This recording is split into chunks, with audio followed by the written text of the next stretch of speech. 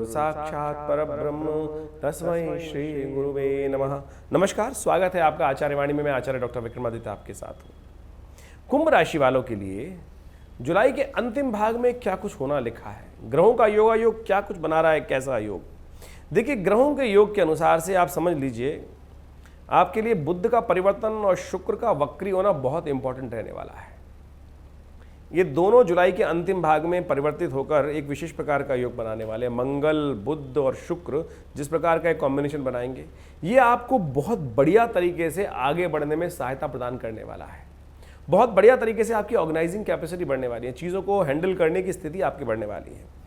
देखिए, क्या समझ लीजिए, ग्रहों का योगायोग दिखाता है कि जब आपका समय अनुकूल हो और ऐसे में आप थोड़े एफर्ट बढ़िया तरीके से कर लें, अवेयर होकर कर लें, तो आप बहुत बढ़िया तरीके से वारे न्यारे कर सकते हैं। तो समझ लीजिए, विशेष तौर पे कुंभ राशि वालों के लिए ग्रहों का योगायोग ऐसा है कि एफर्ट्स के द्वारा बहुत बढ़िया तरीके से लाभ के योग बनने दिखाई दे रहे हैं। तो ऐसे में आपको समस्त कार्यों को बहुत शांति के साथ करने की ज़रूरत है, चीज़ों को समझते हुए करने की ज़रूरत है।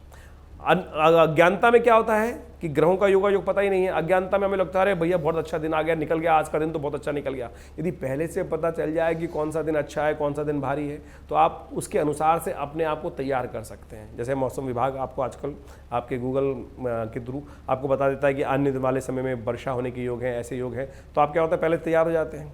तो इसी प्रकार से आप इस बात को भी कर सकते हैं, बहुत सारे पूर्वानुमान ग्रहों का योगायोग है, तो आप अपने एफर्ट्स को उस तरह से कर सकते हैं। ज्योतिष इसी का नाम है।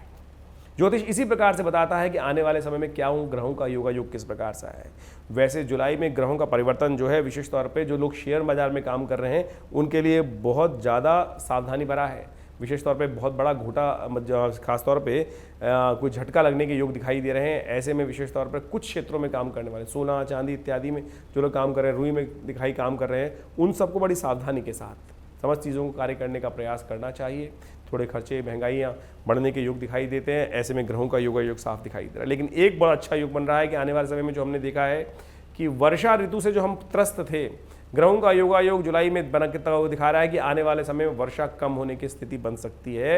और पूरे विश्व में जिस प्रकार से वर्षा से कई क्षेत्रों में भयावह स्थिति बनी हुई है, वहाँ कुछ विशेष तौर पे कुछ शांति प्राप्त होने के योग दिखाई देते हैं। अब समझ लीजिए जुलाई में क्या कुछ होने के योग हैं आपके साथ जुलाई के अंतिम भाग में। यदि हम बात करें 29 तारीख की, 29 तारीख का ग्रहों का योगायोग बड़ा शुभ है, तिथि भी बहुत शुभ है। सबसे शुभ तिथि मैं कहूँगा इसको विशेष तौर पर समझ लीजिए। देखिए, ये एकादशी है, बहुत श्रेष्ठ एकादशी है, कमला पुरुषोत्तम एकादशी। कमला पुरुषोत्तम एकादशी, पुरुषोत्तम मास चल रहा है। कहा जाता है कि जब एक बार जब मलमास था, मलमास बड़ा परेशान रहता था। मलमास को बड़ा दुख था कि लोग मुझे मल कहते हैं, कि अधिक मास कहते हैं, मेरा तो कोई औचित्य नहीं है, ना इधर ना उधर, किसी में स्थान है नहीं। तो कहा जाता है भगवान विष्णु के समक्ष जाकर उसने अपना रुदन उपस्थित किया, तो भगवान ने कहा कि अरे तुमको मैं अपना नाम देता हूँ। भगवान ने अपना नाम दिया, पुरुषोत्तम। पुरुषोत्तम मास, उस दिन से इसका नाम पुरुषोत्तम मास हो गया। उसी पुरुषोत्तम मास के शुक्ल पक्ष की कमला पुरुषोत्तम एकादशी है। तो इससे सुंदर क्या है, भगवान की स्वयं की एकादशी है, तो आप उनका पूजन करें। और देखिए, भगवान विष्णु शेषशय्या में विश्राम कर रहे हैं, उनको विशेष तौर पर उनका पूजन करें, ओम नमो नारायणाय मंत्र का जप करें, तो ये सारे बड़े शुभ होने वाले हैं। ऐसे में उपवास रखना चाहिए। संसार में कहा गया है कि कुछ उपवास रखो ना रखो, कलयुग के अंदर कम से कम एकादशी का व्रत रखने से समस्त प्रकार के कष्टों को दूर करने के योग बन जाते हैं। तो इसको अवश्य करने का आपको प्रयास करना चाहिए। देखिए, इस दिन भद्रा विद्यमान रहेगी, जो रहेगी करीब करीब आप समझें 1:06 से लेकर रात्रि तक। तो दोपहर से पहले पहले नया कार्य करना हो तो उसको लाभ ले लीजिए। शाम के समय गंडमूल तो एकादशी ये भद्रा आ जाएगी, तो वो अच्छा नहीं रहेगा। नए प्रोजेक्ट्स हाथ में लेना वो नुकसानदायक हो सकता है। शनिवार का अवसर वैसे ही भद्रा से ध्यान रखते हुए कार्य करना चाहिए।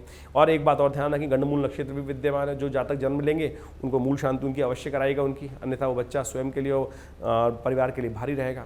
ग्रहों का योगायोग दिखा रहा है कि विशेष तौर पर आपके लिए समय थोड़ा सा खर्चे बढ़ाने वाला है। ध्यान रखिएगा, खर्चे अधिक बढ़ सकते हैं, धन के छन्नी की तरह जाने के योग दिखाई देते हैं। बेकार के काम आपके पल लेना पड़े, इस बात का ध्यान रखने का आपको प्रयास करना चाहिए। अन्यथा बेकार के झगड़ों में, बेकार की चीज़ों में, बेकार के कामों में और कई प्रकार से आपके धन नुकसान होने के योग दिखाई देते हैं। छन्नी की तरह पैसा इकट्ठा करने में दिक्कत आ सकती है। उपाय के तौर पर क्या करें, शनि महाराज को पसंद करें, हनुमान जी का पाठ करें, उड़द की दाल का, साबुत उड़द का दान करें, यह आपके लिए कल्याणकारी रहेगा। अब हम बात कर लेते हैं विशेष तौर पर 30 तारीख की। 30 तारीख को द्वादशी तिथि है, रविवार का अवसर है और ग्रहों का परिवर्तन का योग दिखाई दे रहा है और प्रदोष है उस दिन। रवि प्रदोष। देखिए, रवि प्रदोष बहुत सुंदर तिथि होती है। ग्रहों का योगायोग समझते हुए समझ रवि प्रदोष क्या है, कीर्ति प्राप्त करने। रविवार के दिन जब प्रदोष पड़ जाता है तो कीर्ति में यदि कोई कलंक लग रहा है, किसी के ऊपर अननेसेसरी लांछन लग रहे हैं, कई बार हमारे जीवन में होता है कि लांछन पे लांछन लगे जा रहे हैं, उनको दूर करने का क्या ये उपाय बताया गया है कि विशेष तौर पर अपने ग्रहों को ठीक करने के लिए रवि प्रदोष का उपयोग करना चाहिए। और इसी तिथि के महत्व को समझते हुए हमने कीर्तियों में कलंक लगने वाले जो योग होते हैं, विशेष तौर पर जो रवि प्रदोष के यज्ञ को करने का प्रयास किया है। विवेकानंद योगाश्रम में 2 कार्यक्रम रहेंगे इस दिन। तो उस दिन सुबह सुबह तो रहेगा रवि प्रदोष यज्ञ और शाम के समय रहेगा रुद्राभिषेक। तो सुबह सुबह विशेष तौर पर जो यज्ञ में भाग लेना चाहते हैं वो सुबह 8 बजे से लेकर 10:30 बजे तक एक कार्यक्रम रहेगा, भंडारा रहेगा। उसमें आप यज्ञ करें, विशेष तौर पर मंत्र जप करें और कई प्रकार से भगवती दुर्गा के दर्शन करें, विभिन्न मंत्रों के। खासतौर पर ग्रहों के कारण से कई बार कष्ट हो जाते हैं, सूर्य के कारण से यदि आपको पॉलिटिशियन सेलिब्रिटीज़ जो हैं उनके लिए कई ग्रहों का योगायोग नुकसान दे रहा है, उनको पूरी कीर्ति प्राप्त नहीं होने दे रहा है, तो इस योग का जैसे रवि प्रदोष का है उसका आप लाभ ले सकते हैं और उसके द्वारा बहुत अच्छे से लाभ प्राप्ति के योग बनते दिखाई दे रहे हैं, उसका आपको लाभ लेना चाहिए। साथ साथ शाम के समय रुद्राभिषेक रहेगा बहुत बड़ा, विशेष तौर पर प्रदोष के दिन। देखिए, प्रदोष का दिन बहुत ही शुभ होता है। प्रदोष के दिन, प्रदोष के समय, प्रदोष तिथि हो गई रवि प्रदोष, उस दिन पूरा योग रहेगा शाम के समय, क्योंकि द्वादशी और त्रयोदशी को योग बन जाएगा, तो इसलिए रवि प्रदोष हो गया। रविवार है इसलिए रवि प्रदोष माना गया। और साथ साथ प्रदोष काल शाम के समय पर, शाम के समय ही हमने सूर्यास्त के बाद से सुंदर रुद्राभिषेक का कार्यक्रम जो चल रहा है उसमें आप भाग ले सकते हैं। भगवान का विभिन्न मंत्रों के द्वारा, रुद्राष्टध्यायी के द्वारा, नमक चमक के द्वारा अभिषेक चलता है। आप उसमें भाग लेकर भगवान को प्रसन्न कर सकते हैं। और बहुत विशाल भगवान शंकर का शिवलिंग आश्रम में विद्यमान है, उनका दर्शन कर लेने मात्र से कष्ट दूर होते हैं। तो आप भी आए, इस यज्ञ में भाग लें। ग्रहों का योगायोग बहुत विचित्र स्थिति से लाभ की स्थिति पर उत्पन्न कर रहा है। गज केसरी योग विद्यमान हो गया है गोचर में, बृहस्पति से दृष्ट हो गए, चंद्रमा एकादशी भाव में चले गए, लाभ की स्थिति उत्पन्न कर रहे हैं। आपकी ऑर्गेनाइजिंग कैपेसिटी ग्रहों ने आके बढ़ा दी है और उसके द्वारा बहुत सारे संपर्कों का लाभ आपको मिल सकता है। पॉजिटिव रहते हुए, युक्तियुक्त तरीके से काम करते हुए, बिना अड़े हुए यदि काम करेंगे तो बहुत बढ़िया तरीके से लाभ के योग बना सकते हैं। सर्वार्थ सिद्ध योग विद्यमान है सुबह से, उसका आप लाभ ले सकते हैं। सुबह 5:45 से विद्यमान है, रात तक रहेगा, इसका लाभ ले सकते हैं आप। 31 तारीख यदि हम बात करें तो 31 तारीख जुलाई की जो तिथि है बहुत विशेष है। इस दिन त्रयोदशी और चतुर्दशी का योग पड़ रहा है। त्रयोदशी उदय तिथि है, चतुर्दशी हो गई है क्षय। तो नए कार्य आरंभ करने के लिए तो ये समय शुभ है नहीं, सोमवार का अवसर है। और चतुर्दशी और सोमवार का त्रयोदशी के साथ जो योग पड़ रहा है ये बहुत शुभ है। सोमवार है इसलिए और शुभ हो गया है। सावन में अधिक मास का सोमवार है, इसका पुण्य और बढ़ गया है।